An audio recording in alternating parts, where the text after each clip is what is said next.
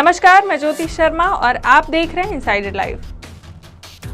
बिहार में सत्ता के साझेदारी बदलते ही राजनीतिक गतिविधियां सुपर एक्टिव हो गई हैं। एक ओर सब कुछ आराम से चलते बिहार की राजनीतिक गतिविधियां में देश की सत्ता बदलने की कुलबुलाहट दिखने लगी है, तो दूसरी ओर देश की सत्ता में सीटों के रिकॉर्ड बनाने वाली भाजपा को बिहार में ऐसी बेदखली बर्दाश्त नहीं हो पा रही है। इन गतिविधियों के बीच असंतुष्ट नेताओं की एक फौज भी उभर रही है। सत्ता से बाहर हुई भाजपा की इन असंतुष्ट नेताओं पर पैनी नजर है।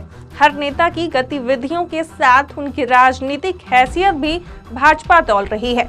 हम बात कर रहे हैं 5 असंतुष्ट नेताओं की, जो अपने दल में अपनों के बीच पराये बने हुए हैं। जनता दल यूनाइटेड के राष्ट्रीय अध्यक्ष पद पर रहने के बाद आरसीपी सिंह अब जदयू से बाहर हो गए हैं।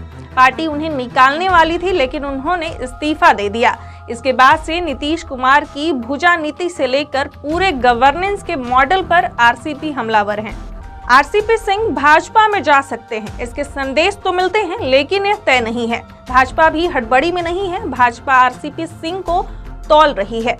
नीतीश के स्वजातीय आरसीपी सिंह नीतीश कुमार को उनके गढ़ में कितना डैमेज कर सकते हैं। टीवी चैनलों पर जदयू का चेहरा रहे अजय आलोक की प्रवक्ता पद के साथ पार्टी से भी छुट्टी की जा चुकी है। पार्टी को अजय आलोक का आचरण भाजपा टाइप लगता था, लिहाजा पार्टी ने अजय आलोक को तभी चलता कर दिया जब जदयू का एनडीए का ही हिस्सा थी। लिहाजा पार्टी ने अजय आलोक को तभी चलता कर दिया जब जदयू एनडीए का हिस्सा थी। अब अजय आलोक मुखर होकर जदयू पर हमला कर रहे हैं। नीतीश को चुका हुआ मान रहे हैं। इनके भी भाजपा में जाने की चर्चा तो होती रहती है, लेकिन अभी इनका भी इम्तिहान चल रहा है।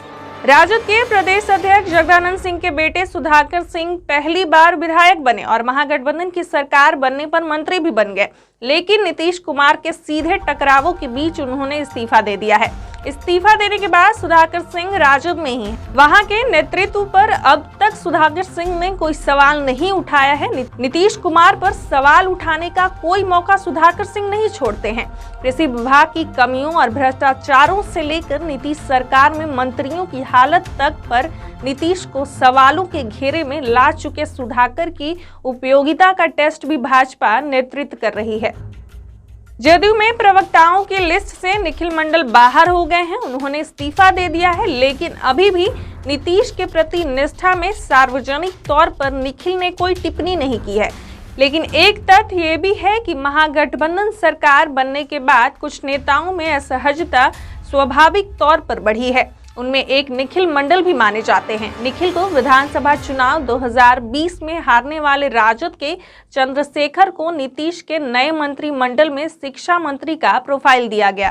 तो वहीं दूसरी ओर नीतीश कुमार और शरद यादव की मुलाकात से लोकसभा में भी निखिल की उम्मीदों को झटका लगा। निखिल मंडल की आकांक्षाओं का भार भाजपा उठा सकती है, लेकिन अभी ये दूर की बात है। भाजपा के रणनीतिकार रहे प्रशांत किशोर ने झटके से जदयू के राष्ट्रीय उपाध्यक्ष का पद प्राप्त कर लिया था, लेकिन जदयू में जितनी तेजी से प्रशांत चढ़े, उससे अधिक तेजी से नीचे उतर गए। अब प्रशांत किशोर बिहार में पदयात्रा कर रहे हैं।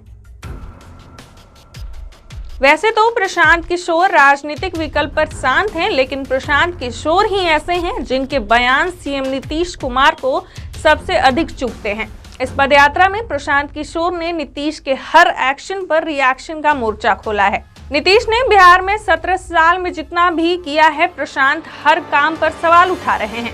नीतीश कहते भी हैं कि भाजपा और प्रशांत किशोर का नजदीकी संबंध है, तो दूसरी ओर भाजपा ने प्रशांत किशोर के स्टेटमेंट्स को नीतीश के खिलाफ इस्तेमाल करना शुरू कर दिया है।